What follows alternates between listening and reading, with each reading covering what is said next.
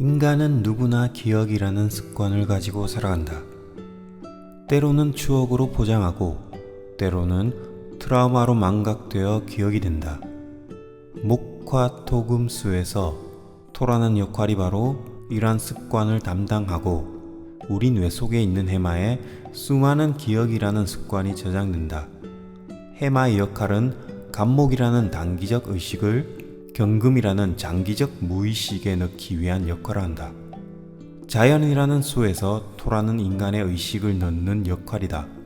자연이라는 수의 세포가 분열되어 인간이라는 토로 도출되어 태어났고 순수 자연 외모를 가졌던 임순이는 토를 만나 인간 본연의 모습인 토로 수정되어 다시 태어나듯 결혼 전에 순수 솔로였던 임순이는 사랑했던 사람을 만나 토라는 결혼을 하는 것 역시 토국수의 역할이었다.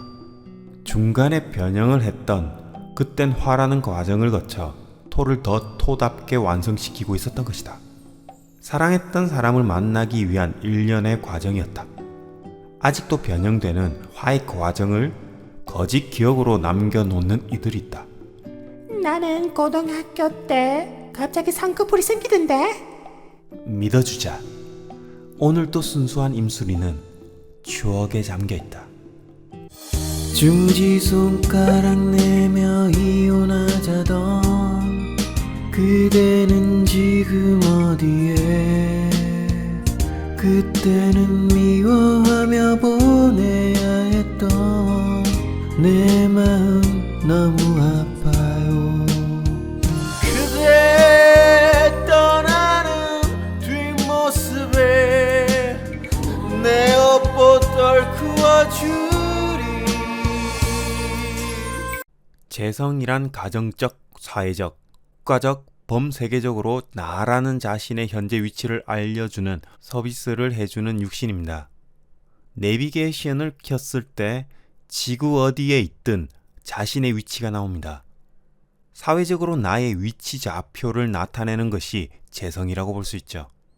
3차원 시공간 내에서 사는 우리들의 삶의 지표이자 경제적 지표도 만들고 가정의 역할도 만들고 사회적 위치 선정을 도와주는 역할 또한 만드는 것이 재성입니다. 더 정확하게 말하면 지금 살고 있는 시대상에서 필요한 위치 서비스를 제공하고 있습니다.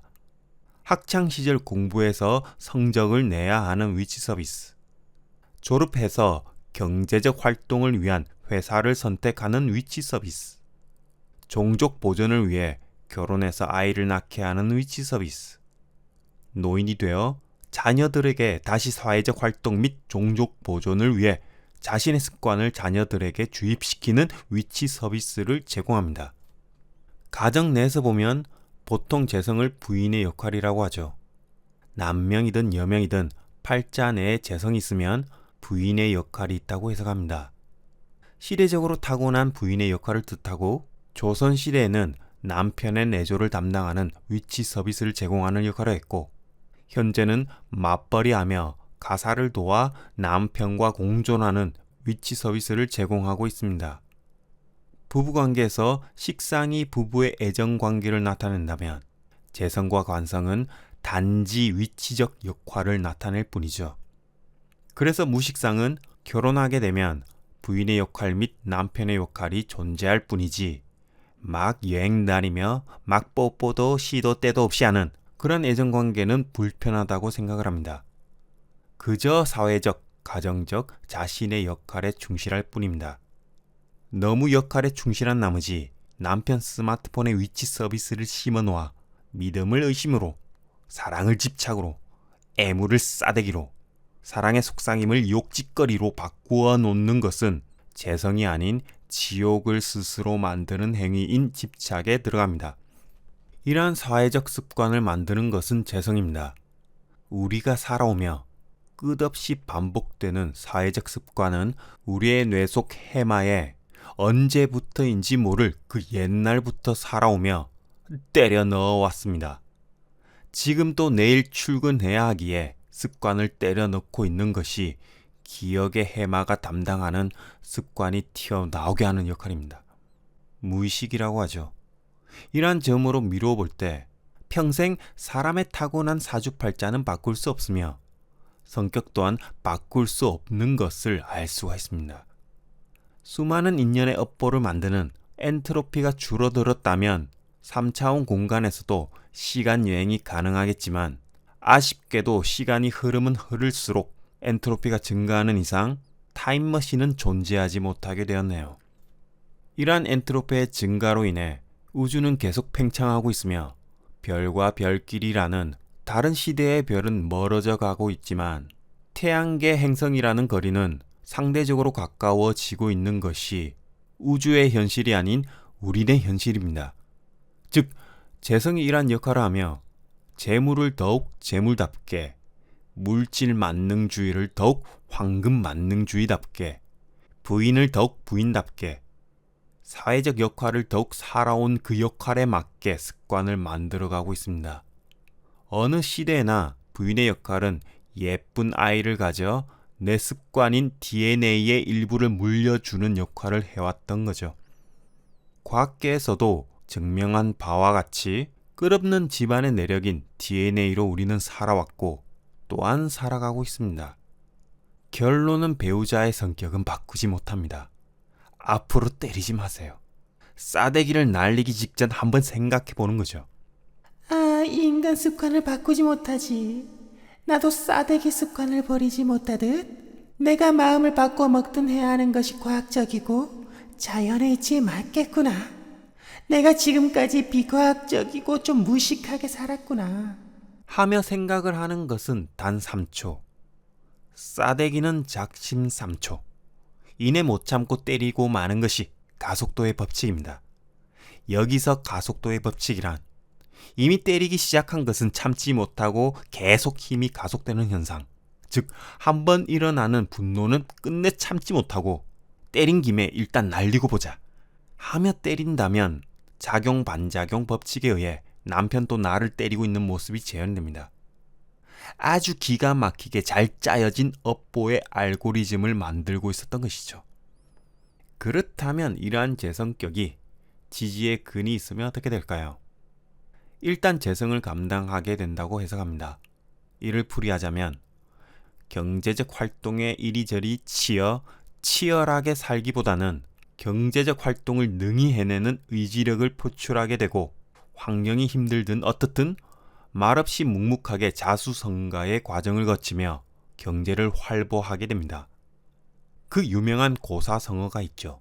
신왕 제왕. 여기서 제왕은 편제를 말하는 것입니다. 만약 월지가 정제든 편제든 재성월령이고 투관된 것이 편제일 때 지지에 일간의 근이 있으면 신왕 제왕을 이룹니다. 돈과 권력의 흐름을 잘 감지하여 그것을 차지하기 위해 행동력과 실천력 플러스 과감한 결단력이 나오는 성정을 말합니다. 그렇다면 근이 없으면 어떻게 될까요? 제다신약으로 빠질 우려가 있죠. 재성을 다루다 보면 이러한 질문을 많이 합니다. 제가 제다신약인가요? 답변에 앞서 자신이 살아왔던 삶을 천천히 살펴봅니다.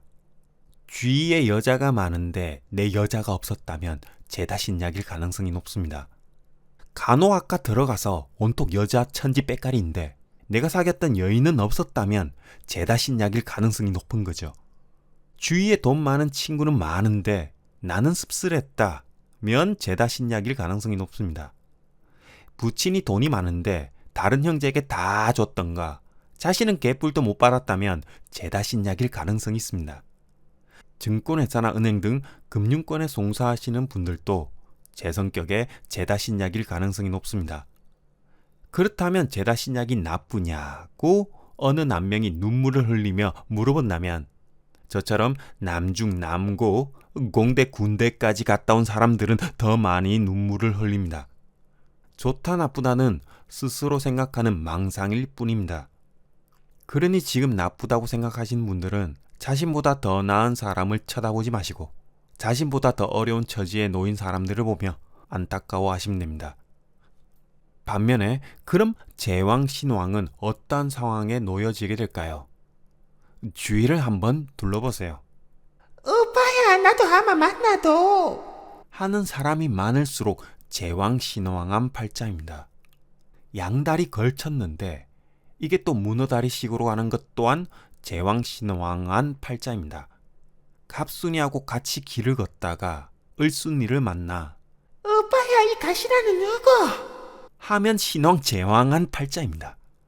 그렇다고 해서 신왕제왕하면 누구나 이러한 남봉꾼 역할을 하냐고 누군가 물어본다면 당연히 그렇지는 않습니다. 제가 상담한 결과 한 분 정도 그렇지 않았습니다. 나머지는 신왕제왕한 팔자가 몇 분인지 기억은 잘 안 나지만 계속 만남이 이어지면 언제 들켜 사건이 일어나는지만 말씀드렸던 것밖에는 기억에 남질 않네요. 여심을 잘 흔드는 것은 신왕제왕에서 약한 식상이 있을 때 여심의 마음을 잘 흔들며 마치 카사노바가 된 듯한 인상을 줍니다. 수많은 경제적 돈의 흐름을 기가 막히게 잘 캐치하는 것 또한 신왕제왕의 특징이니 이런 특징들을 잘 살피며 여자친구한테나 와이프한테는 말하지 않길 바랍니다. 또한 남편의 팔자가 이렇게 되어 있다면 일단 마음 공부합니다. 안 하면 큰일 납니다. 신왕제왕한 팔자에서 천간 비겁이 있으면 예쁜 와이프 만난다는 건 명리학계의 정설입니다. 그러니 이러한 팔자를 둔 남편이 있다면 일단 마음 공부하며 이렇게 생각하면 됩니다. 치, 예쁜 건 알아가지고 지 주제 하면서 여기서 정제격과 편제격의 근의 역할은 다릅니다.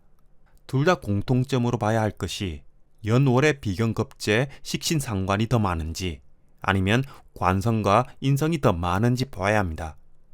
만약 비겁이나 식상이 더 많다면 이땐 근이 필요하다고 볼 수 있죠. 왜? 내가 감당해야 할 재성이 식상을 거쳐 있기에 근이 있어야 능히 식상을 감당하며 재성을 키워갑니다. 근이 없다면 돈 많은 사람, 돈 많은 사회에서 그 돈을 처량하게 바라보며 살아야 될지도 모릅니다. 그런 운명이기에 그냥 정제처럼 내 돈이 아니라고 생각하며 사는 것이 더 속편할지도 모릅니다. 하지만 편제는 내 돈으로 만들 수 있다고 생각하기에 이땐 근이 꼭 필요하겠네요. 그럼 언젠가는 자신의 돈으로 될 날이 오고 또한 언젠가는 자신의 돈이 또 다 날아갈 수도 있습니다. 왜? 편제란 자고로 정제와는 다르게 언제든 휘발되는 휘발성을 다분히 많이 가지고 있기 때문이죠. 많이 벌기도 하고 많이 날리기도 하고 정제는 투자해도 자산의 10% 이내에서 투자하고 편제는 투자하면 자산의 200% 이외에서 투자하는 성향을 보이기 때문에 이거다 싶으면 한 방을 노리니 한 방에 훅 갈 수 있습니다. 신왕제왕하다고 다 유리하다고 볼 수 없는 점이 이 때문이죠. 정제가 투관되어 있다면 안전자산을 꾸준히 만드는 성정으로 태어났기에 이거다 싶은 한 방은 지나가는 개한테나 줍니다. 반대로 연월에 관성과 인성이 많다면 편제는 이를 감당하기 위해 근이 필요하지만 정제는 근이 있다면 재생관이나 관인상생이라는 만들어진 환경을 박차고 나오게 되는 결과로 이어집니다. 예를 들면 부친이 사업을 하는데 물려준다고 하면 재미없어 하며 박차고 나오려고 합니다. 자신이 하고 싶은 것을 한다면 나오는 거죠. 잘 다니는 큰 기업에서 재미없어진다면 자신이 하고 싶은 것을 찾아 퇴사하는 경우가 발생합니다. 근 자체가 인생을 자신 위주로 끌고 오는 역할을 하기 때문입니다. 편제격이 근이 있으면 편제라는 큰 경제적 공간을 차지하기 위해 고군분투하며 살아갑니다. 정제격이 근이 있으면 정제라는 내부 체계에서 나타나는 자신의 위치를 선점하여 내부 체계를 이끌어 가려고 합니다. 신왕하면 신왕할수록 될 것 같으면 바로 실천하고 이거다 싶으면 바로 행동으로 옮겨지는 역할을 하는 거죠. 근이 약한 편제격은 재물이 많거나 권력을 가진 자 옆에서 큰 소리치며 살아갈 수 있습니다. 근이 약한 정제격은 사회에 맞춰 안전한 자산을 만들기 위해 위험 요소에는 전혀 관심을 두지 않고 자신의 일에만 집중합니다. 근이 없다는 것은 사회에 맞춰진 인생이고 체계와 질서를 벗어나지 않으려고 합니다. 그 질서가 행여나 잘못된 체계든 뭐든 질서라고 생각하고 근이 약할수록 그 질서에 맞춰 살아가려고 하는 거죠. 그래서 배우자와 내가 근이 약할수록 서로한테 맞춰주려고 하다 보니 양보하는 미덕이 생길 수 있습니다. 하지만 역경과 고난에는 취약한 면이 나올 수 있습니다. 반대로 배우자와 내가 근이 강할수록 내가 책임진다며 나를 따르라 라고 합니다. 때로는 자신감으로, 때로는 믿고 따를 수 있는 모습으로 보일 수 있습니다. 근이 하나면 책임감으로 나타납니다. 근이 두 개면 근자감으로 나타납니다. 근이 세 개면 원자폭탄을 준비합니다. 대운에서 근이 네 개가 될 때 투하합니다. 부부가 서로 근이 많다면 서로를 인정하는 순간 행복한 부부 생활이 됩니다.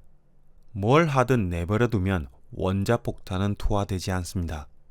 근이 강하기에 책임지는 모습에 반해 결혼을 했으니 그저 지 마음대로 사고를 치든 뭘 하든 내버려 두면 지 알아서 언젠가는 한 건도 했다가 언젠가는 훅 갔다가 지지고 볶아합니다.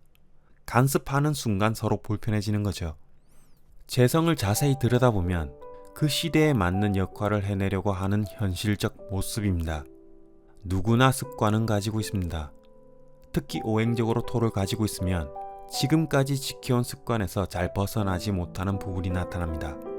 토생금부터 습관에 의한 전문 지식이나 장인정신 또는 살아오며 해마에 넣은 기억이라는 지식체계를 확고히 하게 됩니다.